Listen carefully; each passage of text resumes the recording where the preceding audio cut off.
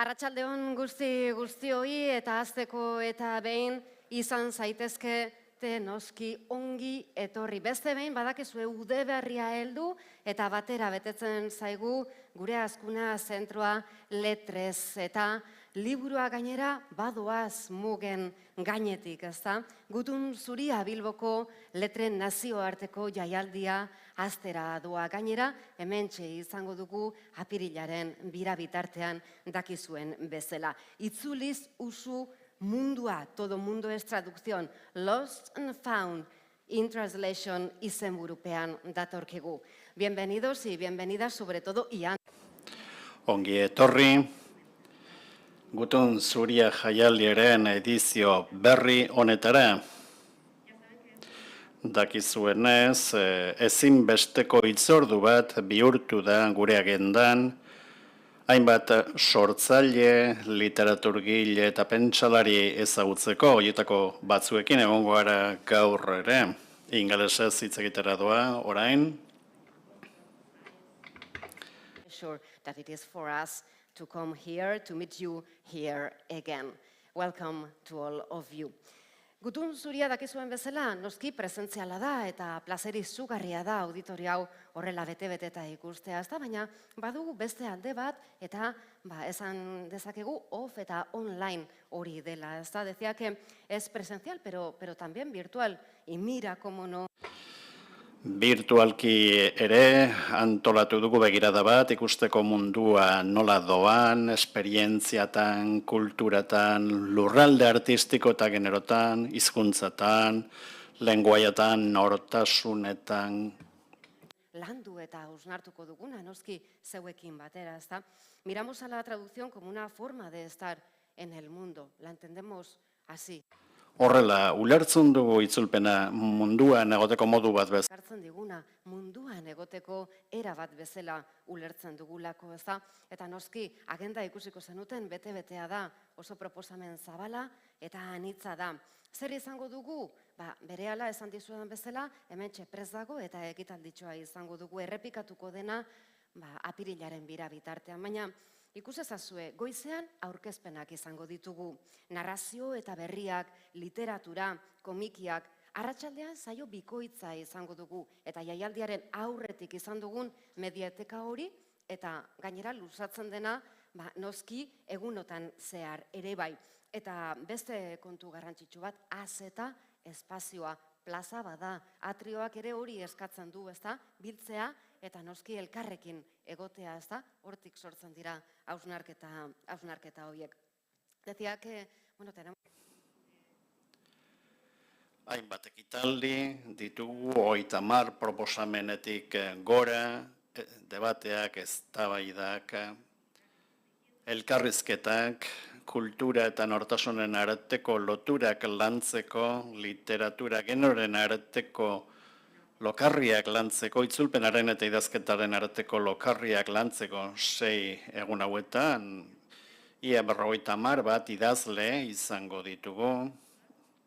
Guztiak ezin ditugu orain aipatu noski, baina ongi etorreman nahi diet, Teodor Kalifatidis, Jun Palajiri, Kirmen Uribe, Santiago Auseron, Miren Agur Meabe, benetan oso garrantzitsuak ingelesez hitz egiten du orain. And local and international authors where they develop and contrast their thoughts and also with the communities in form of conferences, roundtables and debates. Denetarik izango forma asko ematen dizkiogulako gure jardunari. Una programación que arranca todas las mañanas, arrancamos hoy, pero ya a partir de mañana todas las mañanas con encuentros, nuevas formas narrativas.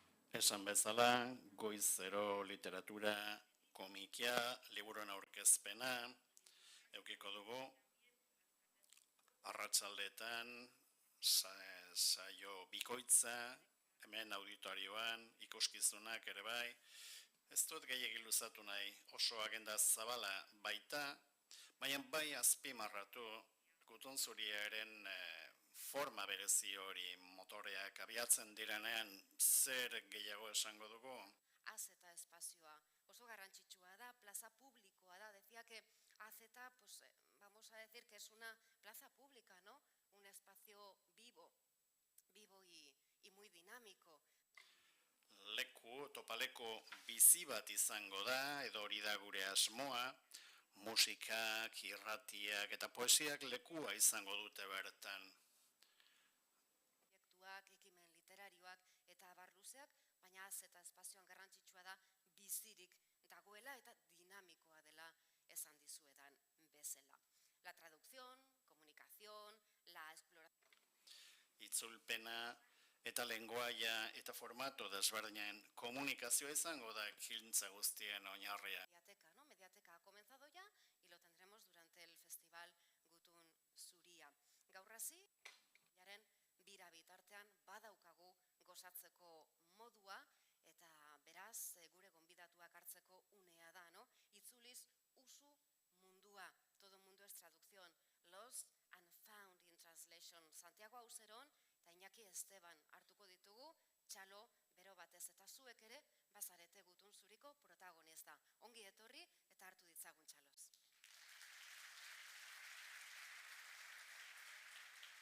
Gracias. Muchas gracias.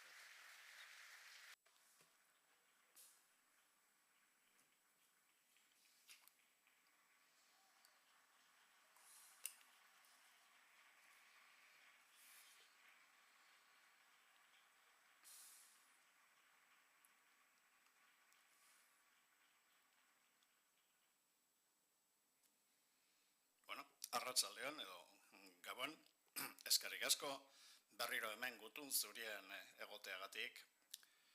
Ezer baino lehenago besarkada handi bat bidali nahi dugu Margaritari eta Jobenkori, joan den urtean egon ziren hemen, idazlea, kazetaria, etorkina berak dioen bezala, oso txikitan etorri zen Ukrainatik eta bere familiak duela oso gutxira arte Mariupolen bizi ziren goizean esan digute, zepena eta argazki bat hiri suntsitu hartatik. Beraz, besarkada handi bat Margaritarentzat.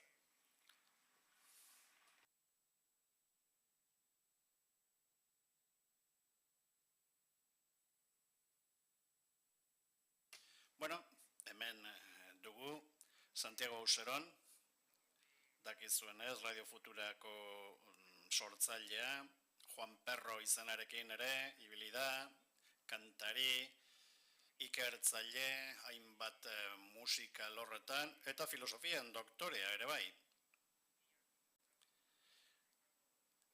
Arratsalde gau asko pasatu ditu kantuan, eta beti ere gure bizitzan presentzia handia eduki du.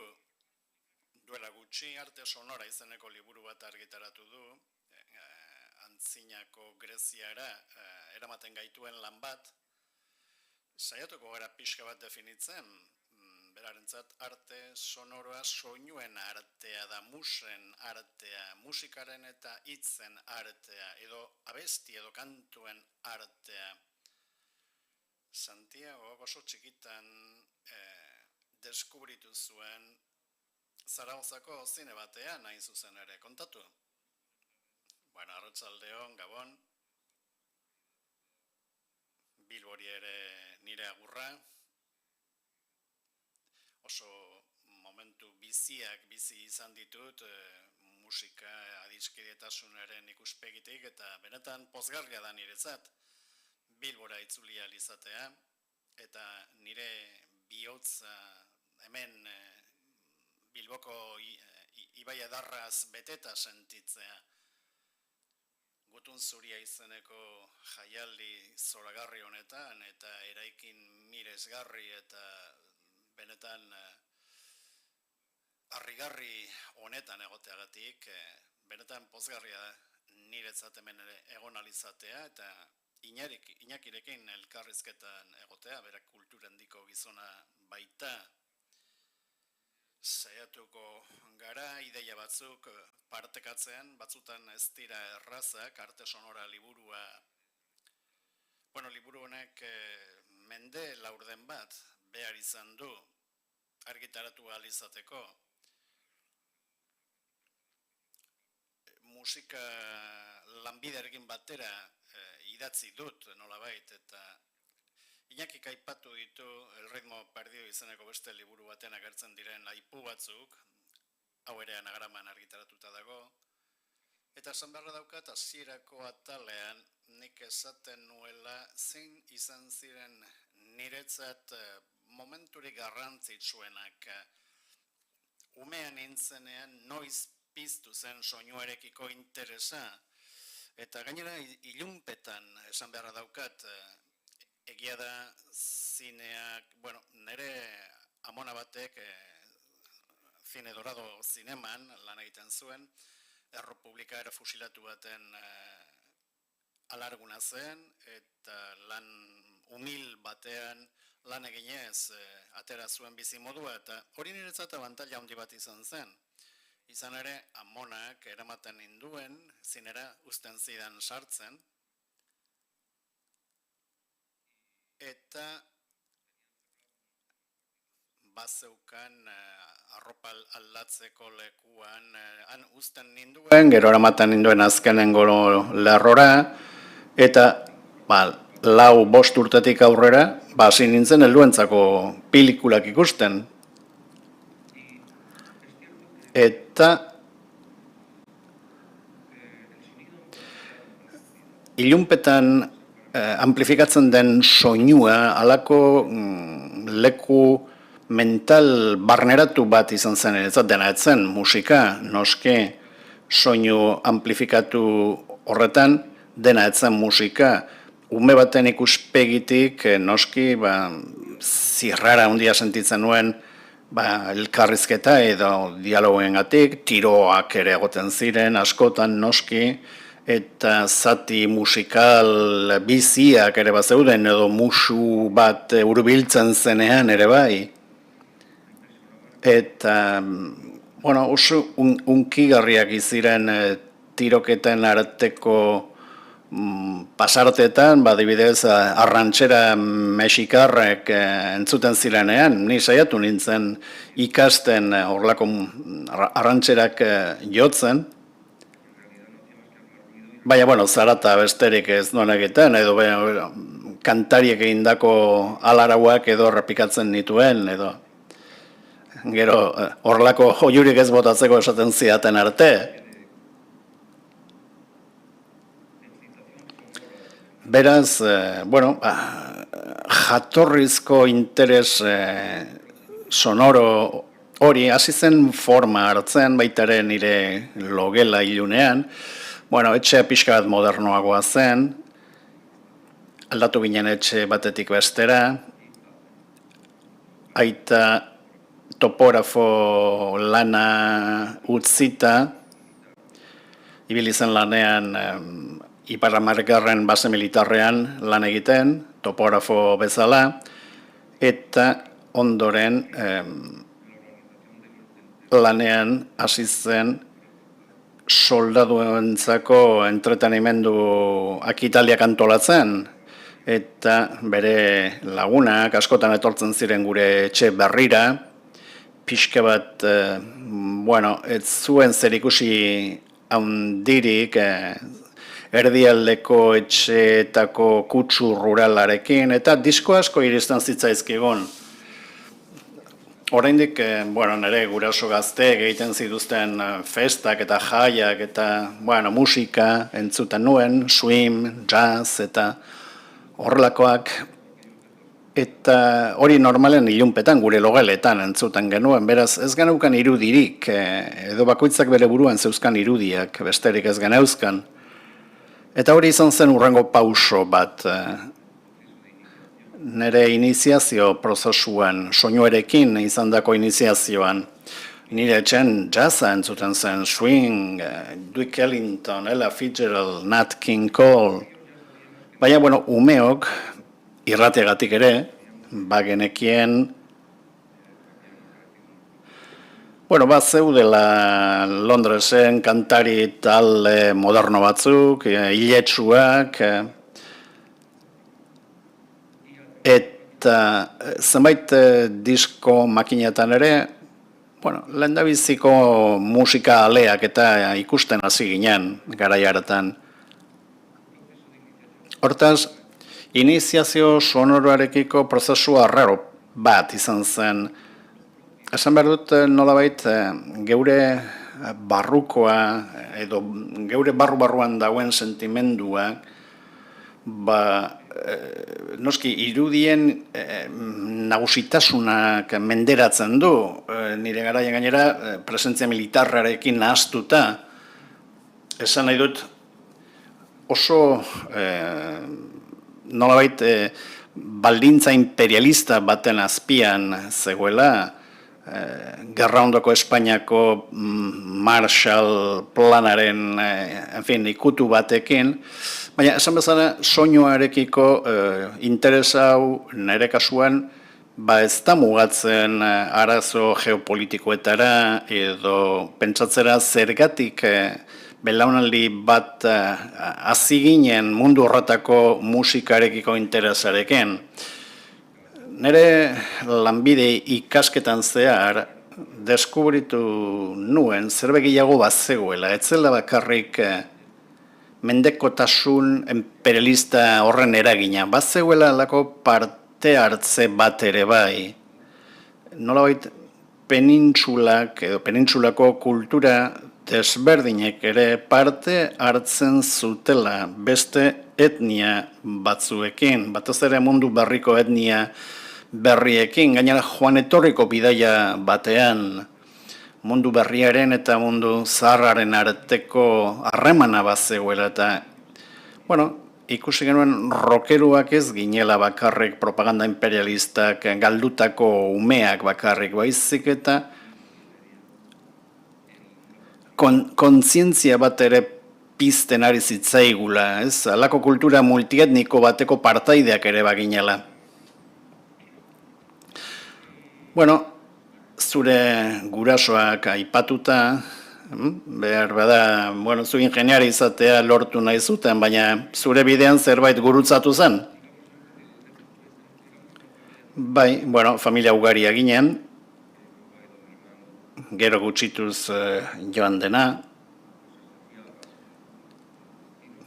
patuaren bide ilunengatik, oso familia laia ere baginen, beti ere pobreziaren atalasean bizi ginen, baina oso bizia eta oso musikazalea.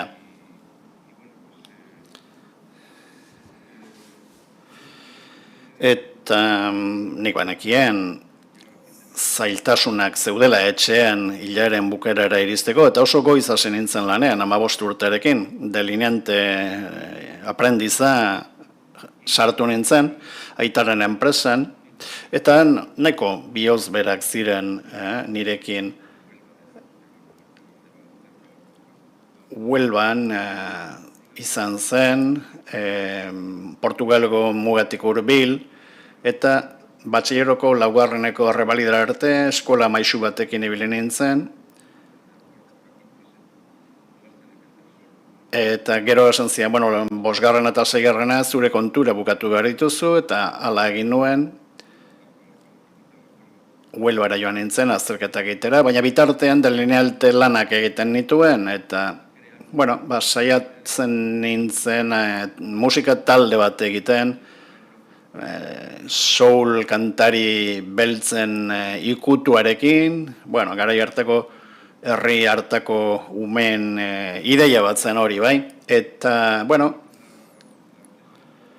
lan egiten nuen enpresan, nahiko bihotz berak ziren, oso alteratuta ikusten dutelako, eta lana etzen ez da ere oso exigentea, eta, bueno, uzten zidaten ikasten, marrazteko taulan. Etzen ez gertatzen nik filosofia liburua ateratzen banuen, orduan hasi nintzen interesatzen filosofiarekin, eta lan garrantzitsu bat ezpatzegoen, uzten zidaten irakurtzen, edo batxilleroko filosofia liburu hori izugarri gustatu zitzaidan, aurkitu nuen neukala alako interes abstraktu bat pentsatzeko eta realitatea alako odei batetik ikusteko, eta nian nahiko pozik sentitzen nintzen, urruntzen nintzelako eguneroko beharretatik nolabait. Eta hasi nintzenean filosofia liburu horretako ataletan sartzen, oso gauza ulergaitzak eta zeuden arren, poliki-poliki hasi nintzen ulertzen, hori ulertu alizateko, asmatu beharra nuela baitare. Geroztik literatura gustatzen zait, literatura filosofikoa edo bestelakoa, eta behar da dena ez dut ondo ulertzen hasieran, eta provokazio bat da, erronka bat da, asmatu behar dut zati bat, bai? Nolabait kolaboratu behar dut idazlearekin zati bat asmatzeko, eta geroztik ezer ez ulertzearen kontu hori egunero egiten dut, jarraitzen dut hori egiten. Eta, bestalde, Aristoteles, esaten zuen, norbanakoa materiaz eta formaz osatuta dago, filei eta eidos, materia eta forma substantziala, tanik zioen, hau ilemorfismoa da, ile eta morfe, materia eta forma legia, tanik, bitxia hau ez, aztertu behar da bizitzak ematen dizun zerbait, norbanako bat, bizia edo inorganikoa, eta hor ikusten dute materiaren alderdia eta bestetik formaren alderdia, eta forma non dago itxuran, baina non hurbiltzen zarenean, ala urrontzen zarenean, miope batentzat adibidez forma berdina da, hori Aristotelek ez zuen aurrikusi. Miopek badu abantaila bat. Gauzak borroso ikusten dituzunean, eta, ni hau asko interesatzen zai, gauzak borroso ikustea, ez ulertzea, edo gero ja Kantekin, txapela bueltak hasi zitzaidan, nik esaten, espazioa eta denbora, sensibilitatearen a priori formak dira, hau da, aurretiaz badatoz, pertzepzioan eman da, hau da, subjektuak bere pertzepzioan zerbait ipintzen du, baldintzatzen duena, fenomeno hauek espazio denborako fenomenoak ulertzeko. Nolabait, kanpoan dauden gauzak dira, espazioa kanpoan dago, baina denbora barruan, zure barruan dagoen zerbait da. Nik esatzen, hau zoragarria da, ez dute zer ulertzen, baina zoragarria da. Eta, pixkat erotzen hasita nengoen, eta benetan, zurrunbilo horretan oso erakarrita sentitzen nintzen. Eta, pentsatzen duzunean, subjektu bat izan daitekeela osaketa espazio temporal baten eratzailea, realitatearen eratzailea,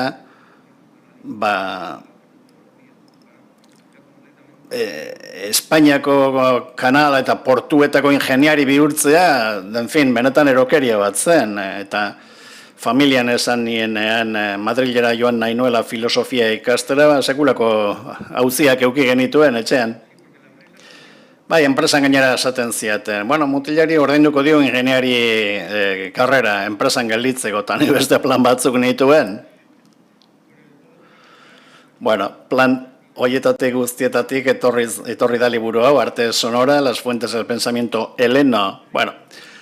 Goazen, 26 mende atzera,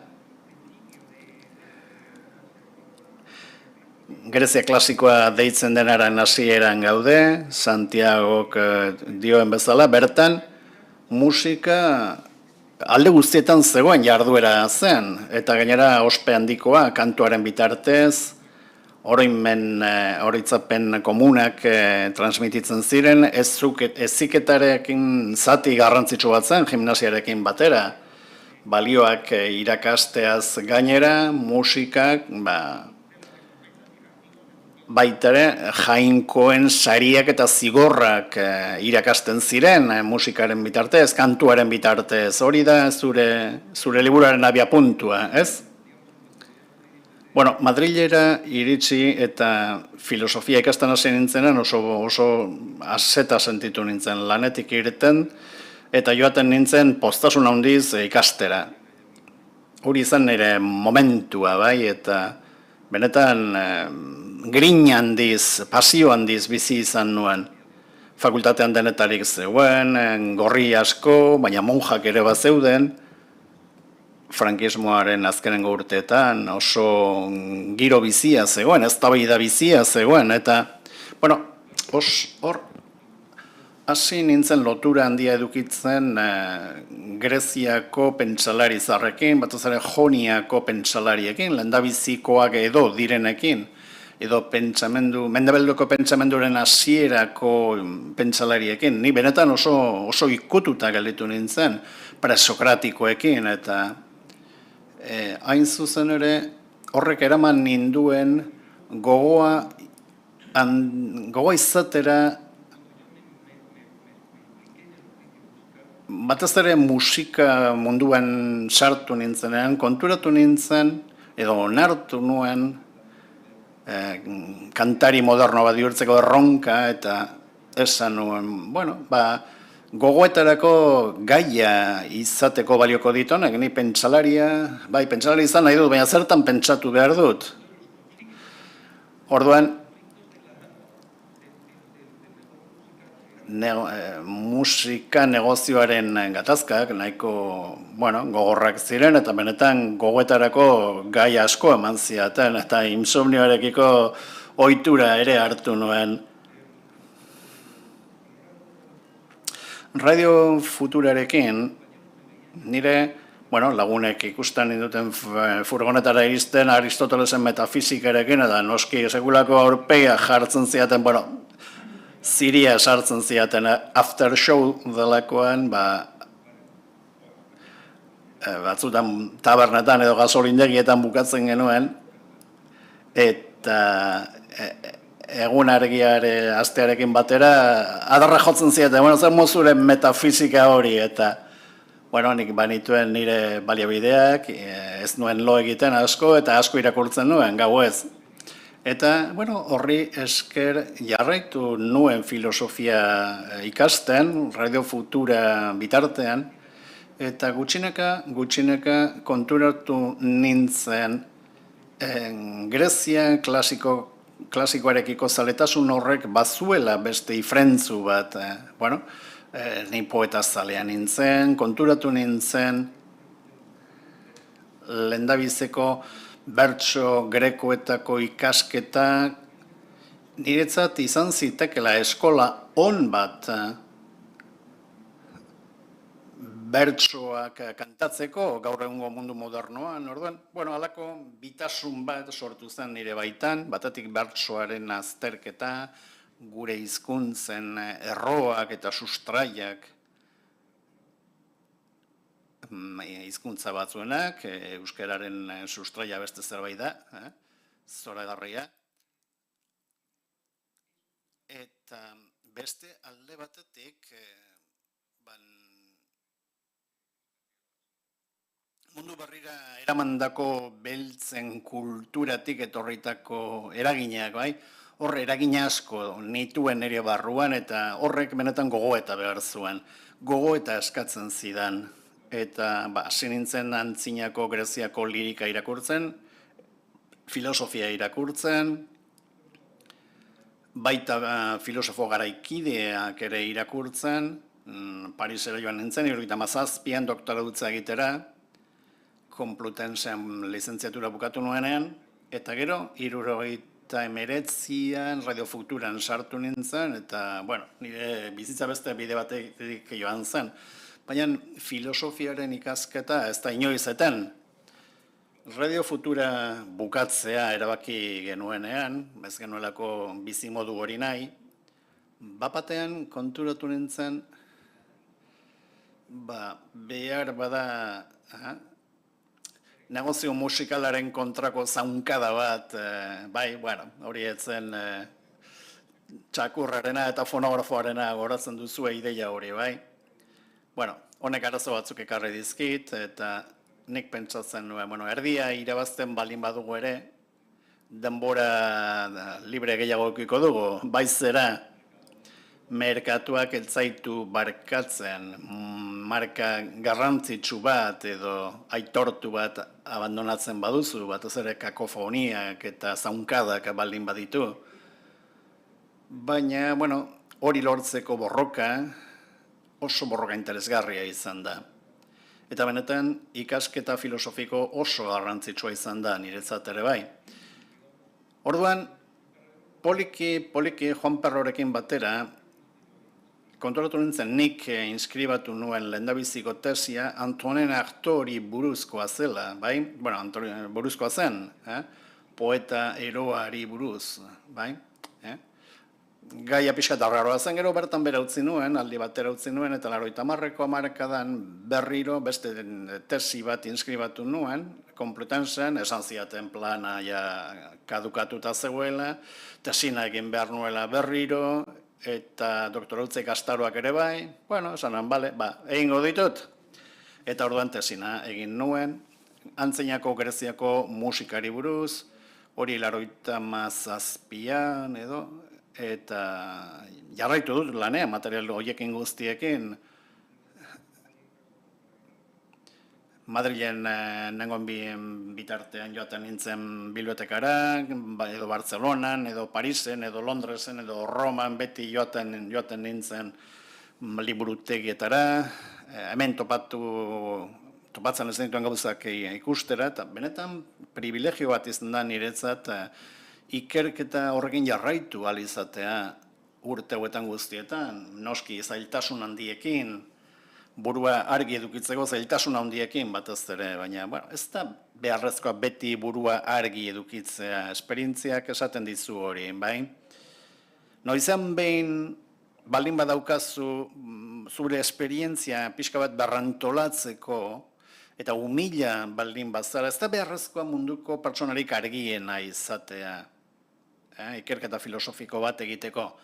Beharrezkoa da gogoetari bidea ematea eta musei ustea, hemen tranpa txiki bat dago, musei ustea zuri bizitatzen. Hau da, ideiak poliki zure barrura sartzen, zure barruan dauzkazun korapiloak askatuz eta argituz joan daitezen.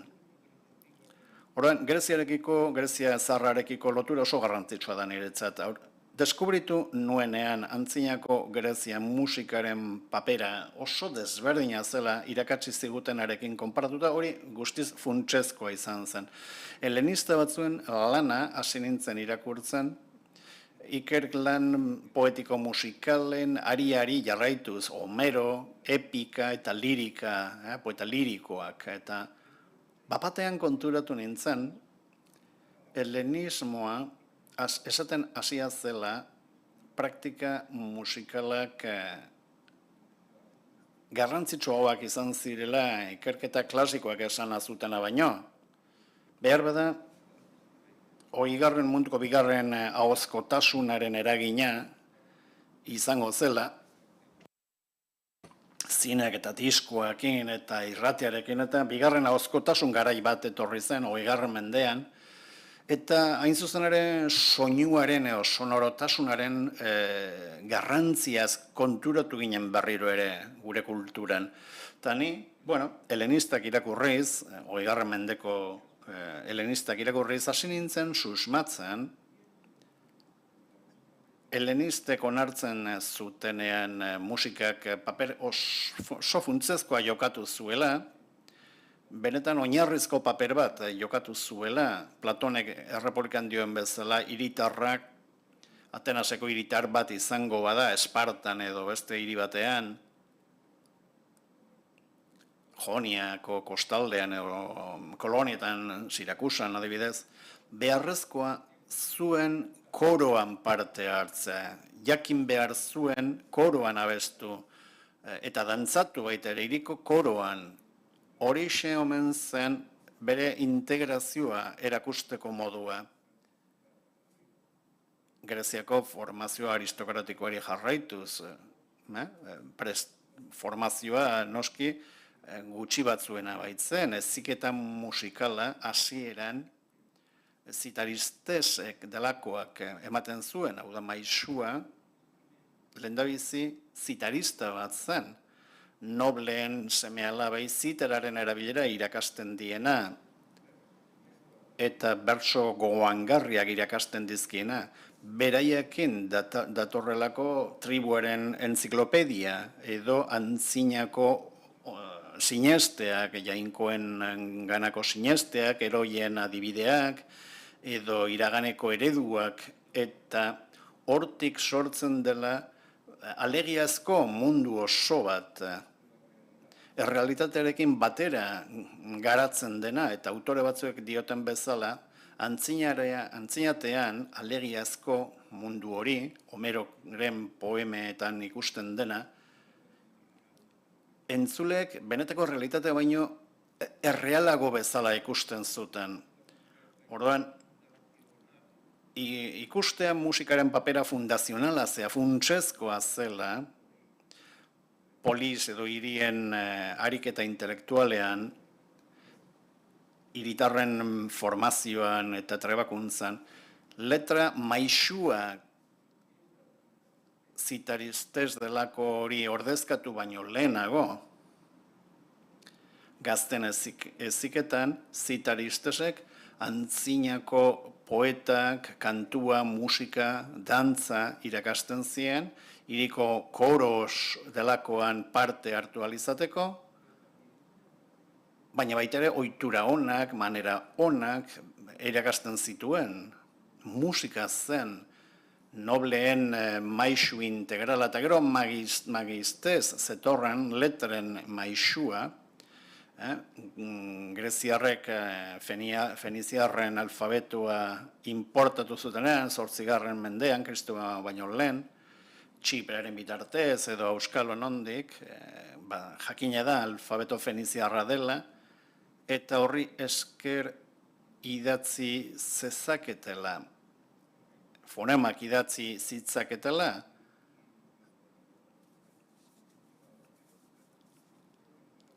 alfabetikoki bereiztu egiten baitira fonema hauek, eta idazkera hasten da musen tradizioaz hilabetzen. Hasierako zikloan hitzak eta musikak bikaintasuna partekatzen dute. Bikaintasunaren kontzeptu oso garrantzitsua da tradizio helenistikoan. Eta logos delakoaren formazio prozesuan ere bai oso garrantzitsua da. Bikaintasuna edo grekoz arete delakoa, hau da, ereduzkoa dena, bikaina dena, gogoangarria dena.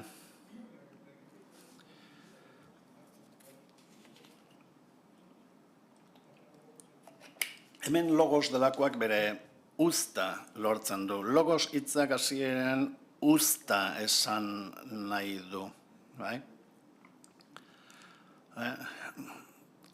Logos uzta esan nahi zuen, baina gero, mitos delakoaren baliokide bezala ulertzen da. Hasieran ez zeuden kontrajarrita, greziarrak beti sigizagak ibiltzen dira, batzuetan badirudi sinonimiak erabiltzen dituztela, baina gero sinonimoak espezializatu egiten dira, eta lor semantikoak bereizten dituzte. Mitos hasten da izaten guztiz sinesgarriak ez diren historiak, musek askatasun gehiago dute, eta logos aldiz erabiltzen da idazten dutenen izkera fidagarria, edo iturri fidagarriak, lekuko fidagarriak direnak, bai? Orduan, mitoak eta logoak, edo logos delakoak bereizteko prozesu horretan, logos hitza hasten da esaten esaera, baina berehala esate azalpen bat edo azalpena esaten hasten da. Gauzak zergatik gertatzen diren, gauzen zergatia, eta matematika hasten denean naturaren legeak azaltzen, arrazoia esaten hasten da. zentzu matematiko batean, proportzioa esateko, eta azkenik kalkulu izateko erabiltzen da. Hori da logos hitzaren bilakaera mendebaldean. Arrazoia gaur egun arrazoi teknikoa da. Heideggerrek aztertu zuen bezala. Eta azkenik arrazoi numerikoa da. Irudiak berrosatzen dituena euskarri elektronikoekin, sistema informatiko batean, zenbakietan oinarrituta, irudi ikusizkoa edo irudi soinuzkoa erreproduzitu alizateko. Orduan, logos horren prozesuan, musen mitoetatik abiatuta, zeinetan hitza eta musika bat datozen bikaintasun maila horretan, berdintasun mailan edo maila berdinean, harik eta idazketaren bitartez hitza jabetzen den arte errealitatea edo simbolikoa, errealitate simbolikoa dirazteko botereaz, eta azkenik arrazoi teknikoa eta kalkuloa eta merkantzia esaten bukatzen du. Beraz, prozesu luze bada, 3000 urte iraunduena, eta Greziako logosaren bilakaera entzerrona batera eraman gaitu. Horregatik, momentu honetan beharrezkoa da ulertu nahi izatean nola lotzen zen arrazoia antzinatean praktika musiko-poetikoekin. Bueno, liburuan horrela agertzen da, bai, musikak erdegune bat okupatzen zuela garai hartan Grezian, baina idazkerarekin badirudi zerbait galtzen dela. Galtzen da esperientzia desberdinago bat, promiskuago bat, modu kontzeptual batean ulertuta, zerbait notarialagoa, zerbait legalagoa, zerbait zorrotzagoa, bai? Bueno, nik tentu estrategikoa eskatuko nuke, ez erortzeko naturalismo romantiko batean, pentsatuz urrezko garai batetik erori garela, egia da, gizakiak izugarri teknifikatu duela bere ingurua, natur inguruez jabetu dela, zailkatu dituela, zatikatu dituela, gerran gaude, etengabe naturaren kontra. Ez genuen uste, beharrezkoa zen gerra egitea lurraldearen gatik, baina ikusten dugu gauzak ez direla zoritxarrez horrela, baina gaur egungo gerrarik garrantzitsuena pentsamendu individualaren pentsamendu individuala irabazteko garra da, bai? Nik esango nuke espirituaren batalla dela orain gizateria egiten ari dena, lurraldeekiko batailekin batera. Tira, egia da, logosaren teknifikazio prozesu horretan badagoela galera bat, idazkeraren erabilera orokortzen denetik gaur egun gauzak teknifikatzen diren arte. Hau da, euskarri elektronikoen beharra dugula, bai? Soinua eta irudiak manipulatzen dituzten sistema horien menpe gaude. Badago galera bat edo egon daiteke galera bat. Badago galera bat zerbait galtzen da, baldin eta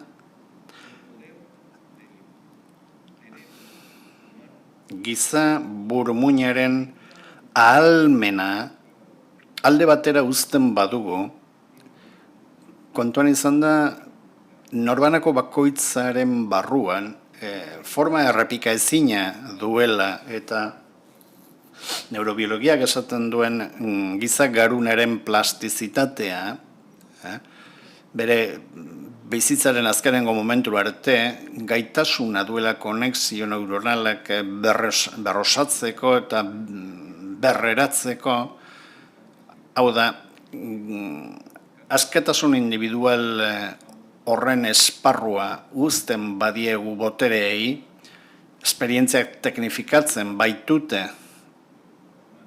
esku gutxitan aberastasunaren kontrola edukitzeko eta gutxitzeko, amore ematen badugu hor, orduan galera bat dugu, deshumanizazioa jasaten dugu, baina hori gure esku dago neurri batean.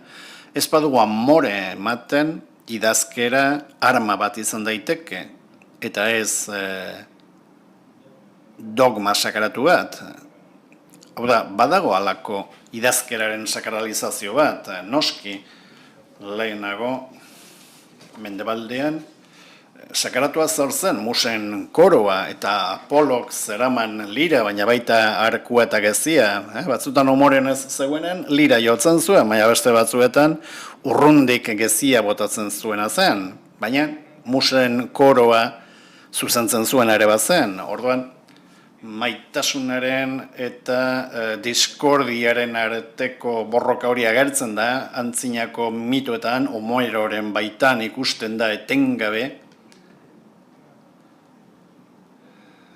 antzinako epikaren bilbea da, eta praktika poetiko musikalen bitartez logo filosofikoa, diskurtso filosofikoa, printzipio dualetan artikulatzen da. Oso modu funtsezkoetan, orduan, saiatzen bagara ulertzen,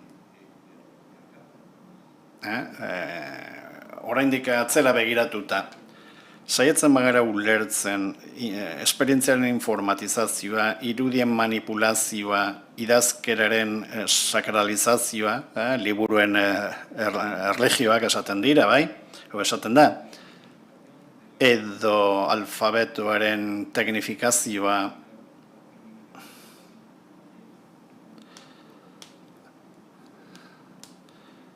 lira baten soken luzerarekin konparatuta, edo txirula baten zuluen arteko neurriekin konparatuta. Saiatzen balin bagara teknika hoiek guztiak ulertzen mendebaldeko pentsamenduaren bilakerako prozesu batean, ez dugu zertan galera handi bat eduki, baina reality show batean uzten baldin badugu geure burua, mezu elektronikoen tontakerietan amore ematen baldin badugu beste komunikazio jardurarik eduki gabe, galera bat edukiko dugu. Gure gizateria galtzen dugu, gure gizatasuna galtzen dugu.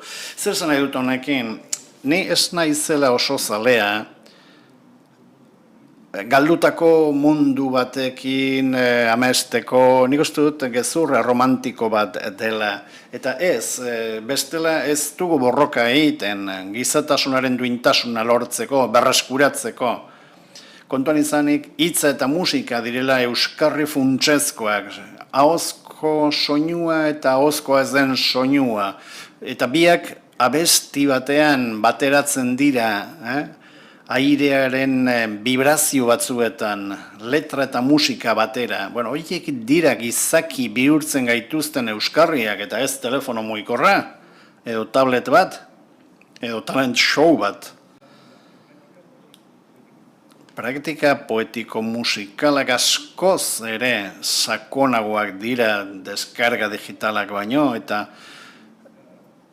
oso moda malima dagoere musika, errepikako hor merkantil bat eta elektrokuzio bat balitz bezala, hori bilatzen da gaur egun gero eta gehiago, zelula sinkopatu alik eta sinplena erabiliz, teknologia hori interesgarria da, aztertu behar delako, reggaetona ere aztertu behar da, ulertzeko zer gertatzen ari den. Baina, amore ematen badugu horretan, eta pentsatzen balin badugu euskarriak direla, hemen patrikan sartzen digutena, barduan izpituaren aldeko borroka galdu dugu. Baina ondo irakurtzen badugu mendebaldeko logosaren evoluzioa eta ez badugu hasierako aria galtzen eta konparatzen balin badugu bukaera hasierarekin eta heltzen balin badigu bi mutur horiei, argiaren kableak balira bezala, positiboa eta negatiboa eta hor aguantatu deskarga hori, Noski hori da Redo Futuraren furgonetan joata bezala Aristotelesen liburua daukazula eta erresakari liburuarekin aurre egin. Bueno, 20. mendera etorriz, soinu arteak berriro hartzen du leku garrantzitsu bat, leku privilegiatu bat, behar da Grezia klasikoan bezala, eta kantuen abestien mundua, 20. mendeko 20ko marka da, adibidez, hasi eta rockeraino, rockaren eragina oso handia izan da, alderde guztietan, Grezia klasikoan bezala, rockak balioak ematen ditu, balio horiek onak edo txarrak izan daitezke. Gure belaunaldi zati handi bat, gau klubetako komuna zuloetan, formatu zen. Hortik bizirik ateratzen bali mazara, hasi zaitezke pentsatzen nolako lotura daukazun guzti honekin, bai?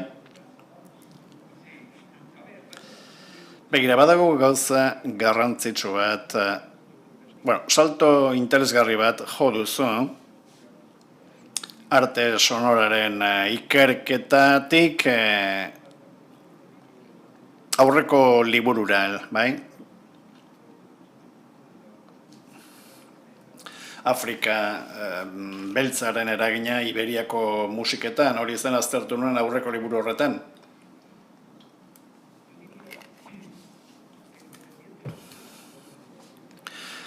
Hizkuntzen arazoak alde batera utzita, hizkuntzen koofizialak, dakartzaten arazoak alde batera utzita, eta jakinik hiru hietako bat enborrindu europarretik datozela, eta beraz herentzian neon greko-latinoatik datozela, eta bestea euskara da.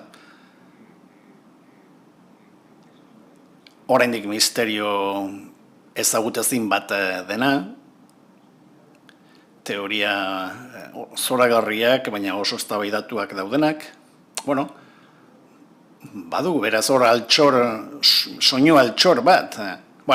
Alde batera utzita, hizkuntzen arazo hori, badago Iberian halako erritmoen elkartruke bat hizkuntza guztietan eragina duena, baita euskararen kasuan ere.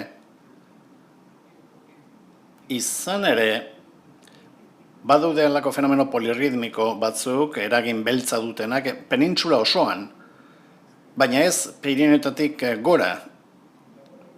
Baina hemen bai, adibide bat ipintzagatik, gainera zuentzat hurbila. Zortzikoaren erritmoa, 5 denbora dituena.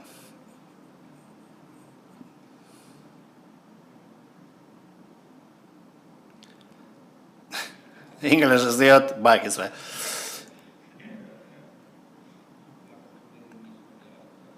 Hori da, nire kolegen ohitura.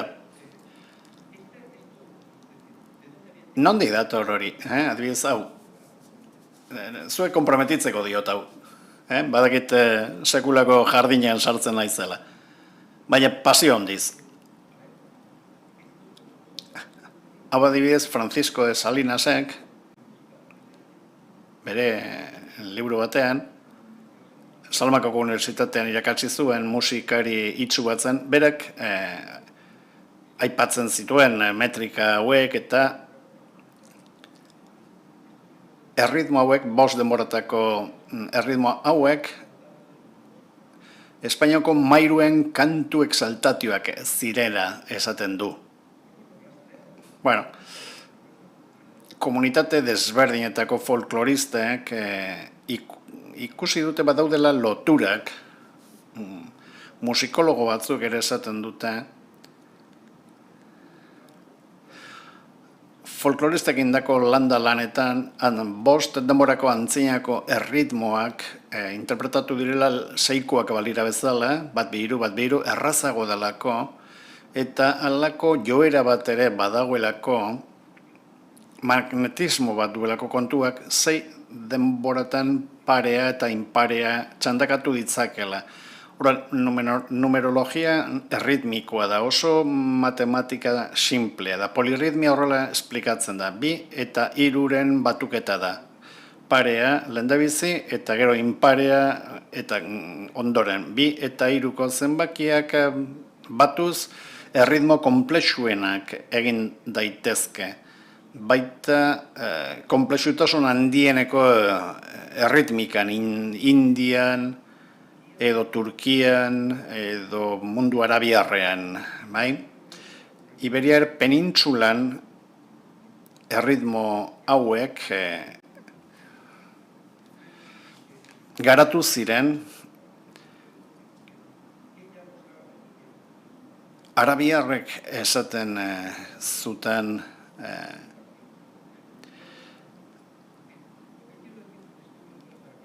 bueno, hemen utziko dut bestela liatuko gara. Iberiar penintsulako komunitate guztietan hizkuntzaren gainetik partekatzen dugula kultura erritmiko bat Afrikarekin eta mundu berriarekin lotzen gaituena. Beraz, jaun Andreok, ladies and gentlemen, horrela da. Ordan honek gauzak irakasten dizkigu. Honek musen zirkulura eramaten gaitu berriro.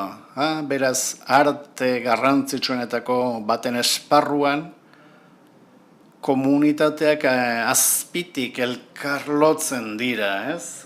Madrilen behin euki genuen saio bat irutrukurekin, Joseba Tapiarekin eta Ruperrekin,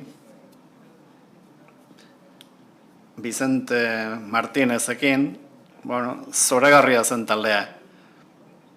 Behin egon nintzen haiekin, Madrilen, eta haiek entzuten, eta euskeraz dauden romantze zaharrenak nola, kontatzen dituzten beste romantze moriskuetan, Extremaduran, Portugalen, kontatzen diren historiak, zelula musikalak daudela batetik bestera, mugitzen direnak kristauen gandik mairuen gana eta alderantziz, eta horrek denak halako bilbe bat, soinu bilbe bat ehuntzen duela, bai?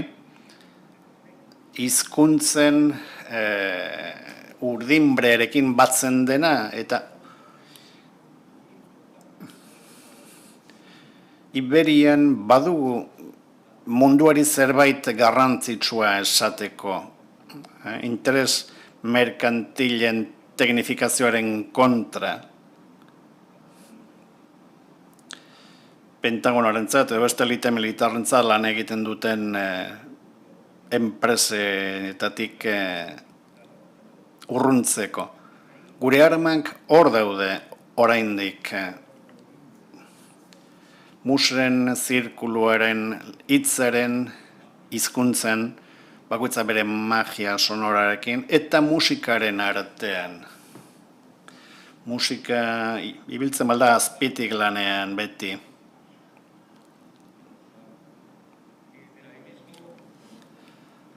Bueno, time is gone, denbora bukatu da, amaitu da.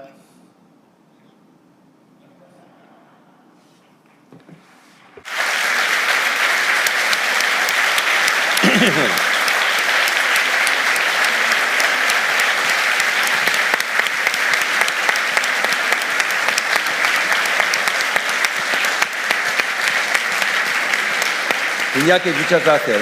Muchas gracias a ti. Iñaki, eskerrik asko, zuri ere bai, Bilbora etortzegatik. Bi liburuen irakurketa oso sakona egin nahi nuen, eta, laburpen bat egiteko moduko bi lerroak atera ditugu, ez? Nik uste du baietz, bai?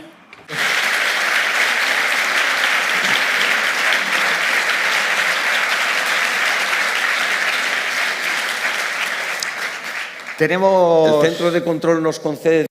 10 minutu gehiago izan ditzakegu? Venga, aurrera. Sí, chicos. Venga, neska mutilak, mutiletan neskak.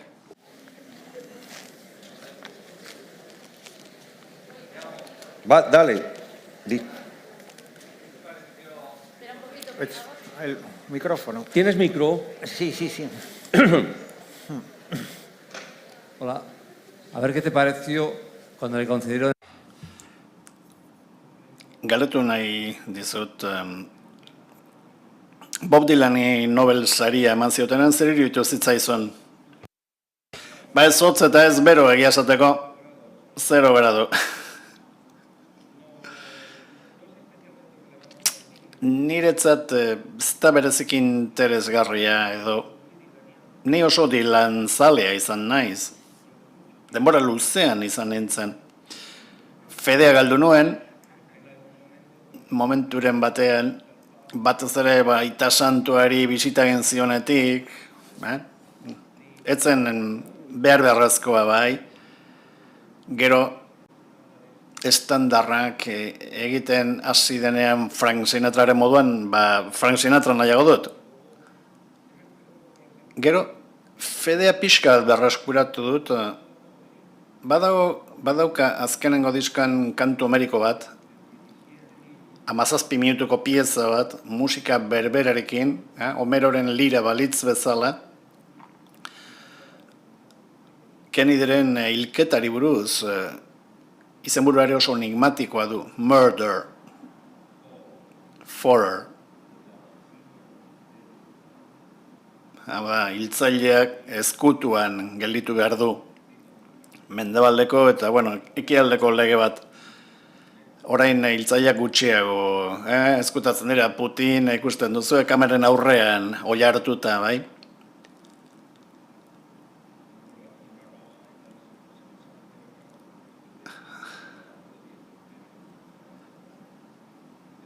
Orduan esan nahi dut Murder Must Fall erakusten du, Dylanek pixka bat idealizatzen duela Amerikar ametsaren iragana, Homeroren antzera, egia da, hilketa asko egon zirela denbora motzean, amets amerikarra amaitu zutanak, Martin Luther King eta Kennedy eta Malcolm X eta beste batzuk.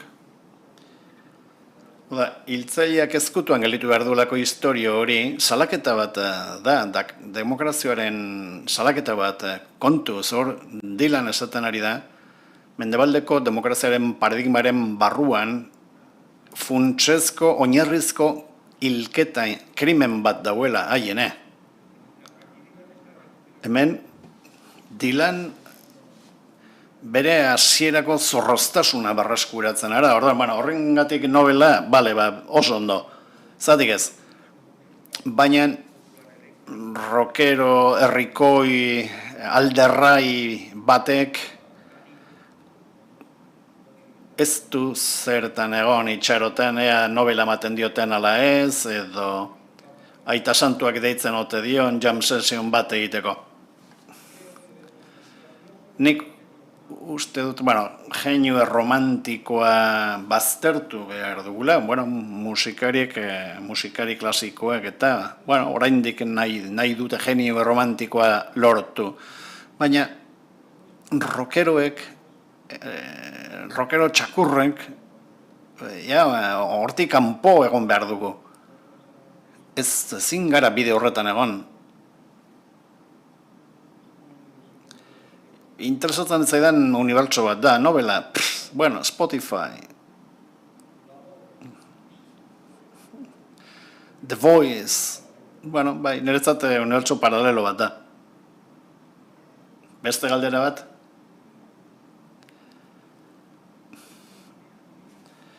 Azteko eskerrak eman nahi dizkizut, ni Extremadurako sustraiak ditut, nire amak erromantzak kantatzen zituen, eta ahozkotasuna eta hitza eta aipatu dituzunean, edo bertsolariak hemen.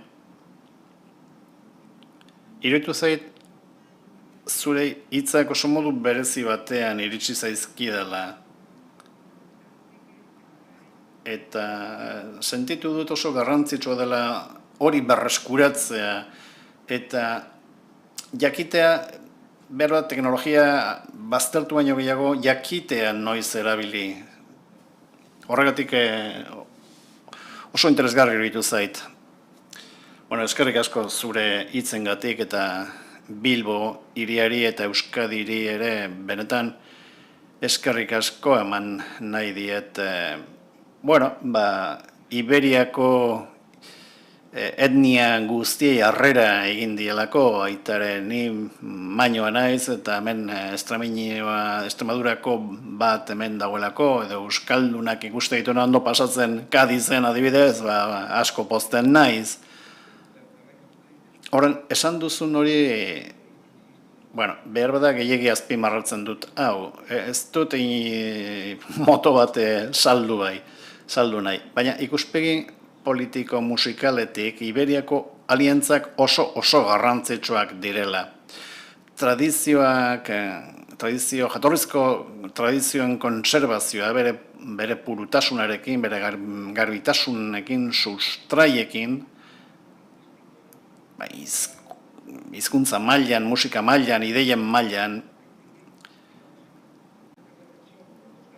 tentsio horri eutsi behar diogu, bi kableekin, bai?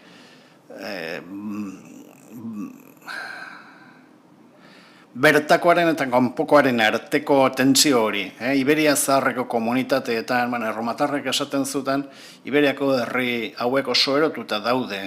Ez dira kapazak elkar hartzeko, ez dira inoiz ezertara iristiko. Haiek ikasi zuten konfederazioaren teknika, lehendabizi egurra, zenturioak, botina, erromara eta gero konfederatuak. Bai, erromatar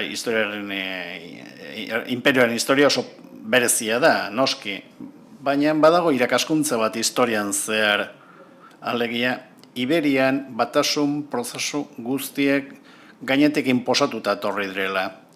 Imperioen eta dinastien eskutik, monarkien eskutik, edo diktaduraren eskutik, beti izan dira ezarritako batasunak. Esperientzia poetiko-musikalak aldiz beste batasun modu batzuk iradokitzen ditu. Beste alantza modu batzuk, gainetik ezarritakoak ez direnak, baizik eta hautatuak. Eta herri bakoitzaren sustraia mantentzearen alde, eta behar da munduari eskaintzeko munduan ez dagoen zerbait. Hemen, dibertsitatean espezialistak gara gatazkari esker batzuetan. Gatazkek erakutsi digute nola ezagutu geure burua dibertsitate horretan, aniztasun horretan. Nik uste dut esperientzia hori oso baliotsua dela.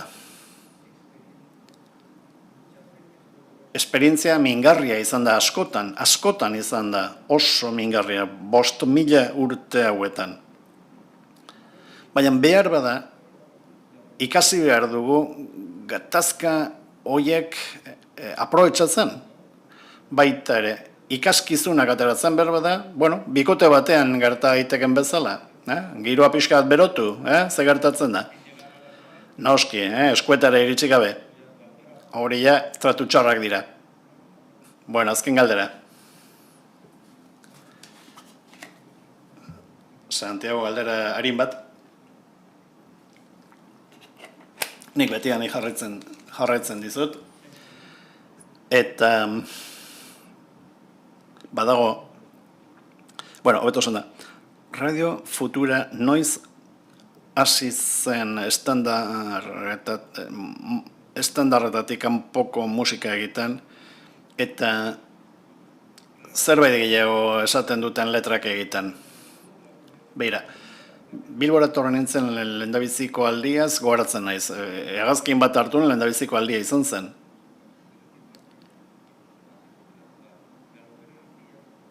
Ertzila hotelean egon nintzen, eta playback egin nuen, pentsa. Ni greziarrak ikasten ari nintzen bitartean, dena erokeria bat zen, noski.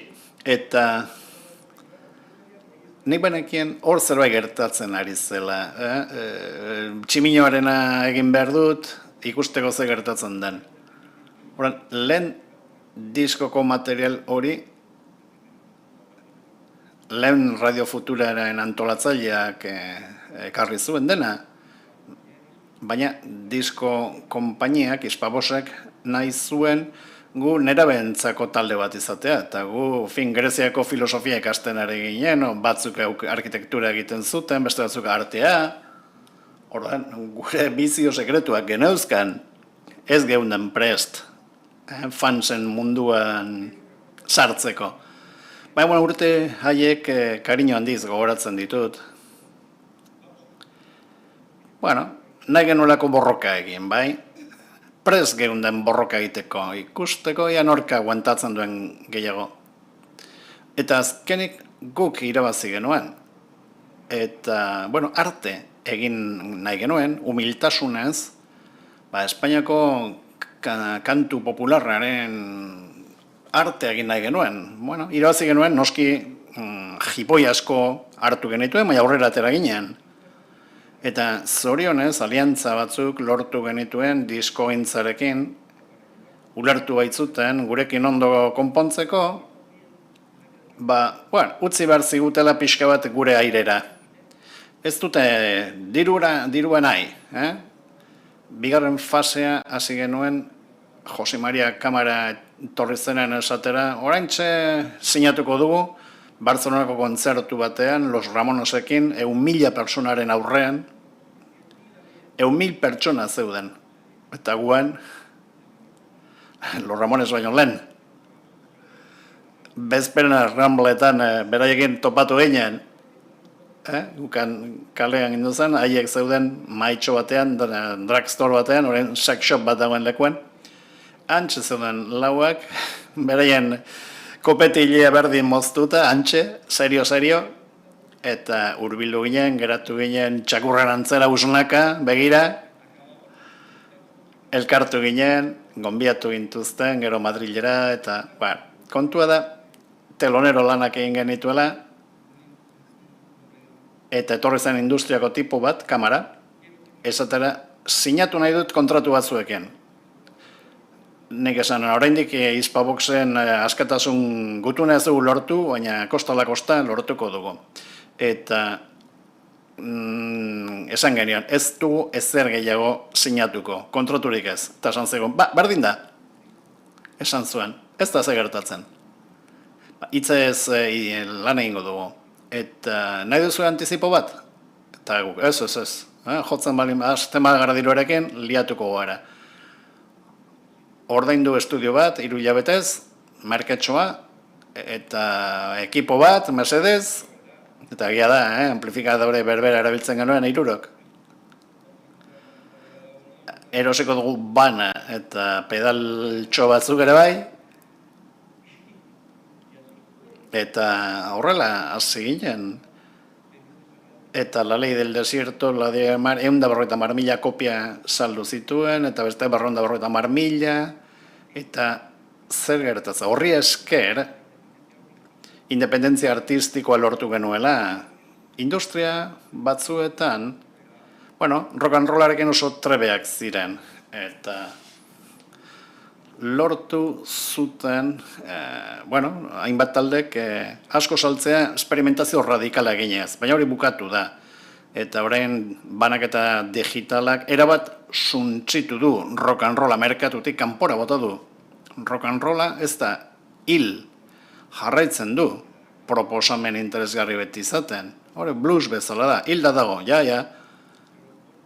Baina hildakoek hitz egiten dute gure ordez, edo gure bitartez. Horan, noiz hasten dira letrak zerbait gehiago esan nahi izaten? Konturatzen garenean, ez dugula bizitza bikoitz bat eraman behar alde batea musika popa eta bestean estudio pribatua, eta estudio pribatua hasten denean edukiak sartzen kantuetan, industriak uzten digunean pixka bat, gure kontura. Zer nahi duzu, independentzia bat, hor independentzia. Venga, nahi duzuena. Ez dute dirua nahi, independentzia nahi dute, venga, aurrera. Saltzen badute, aurrera. beste batzuek diote, lehendabizikoa nahi du, bueno, pues sombraki sombra ja.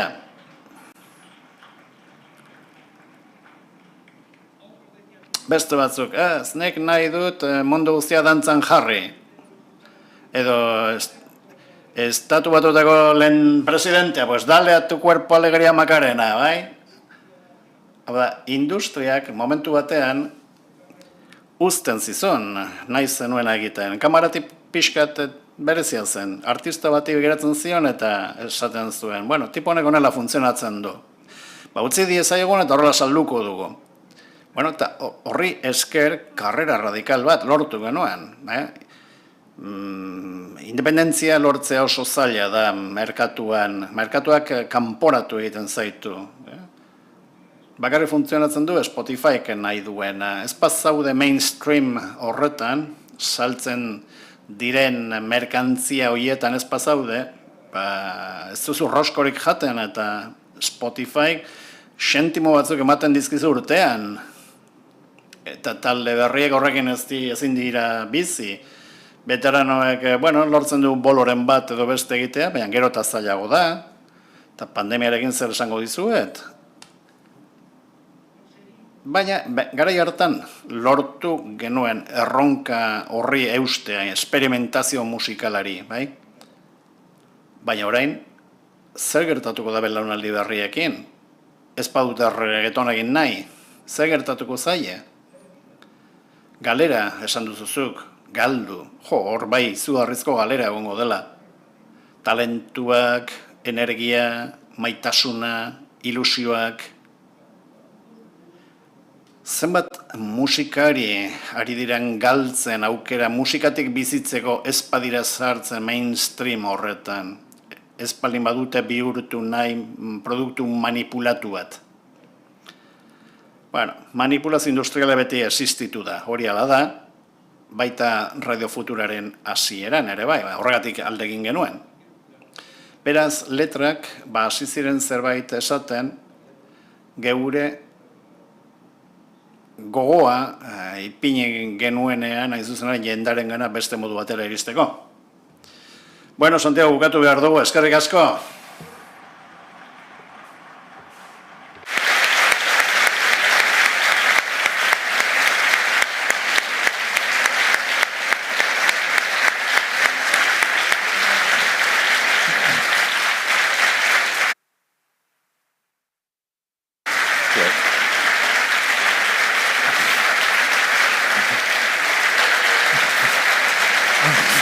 Hi.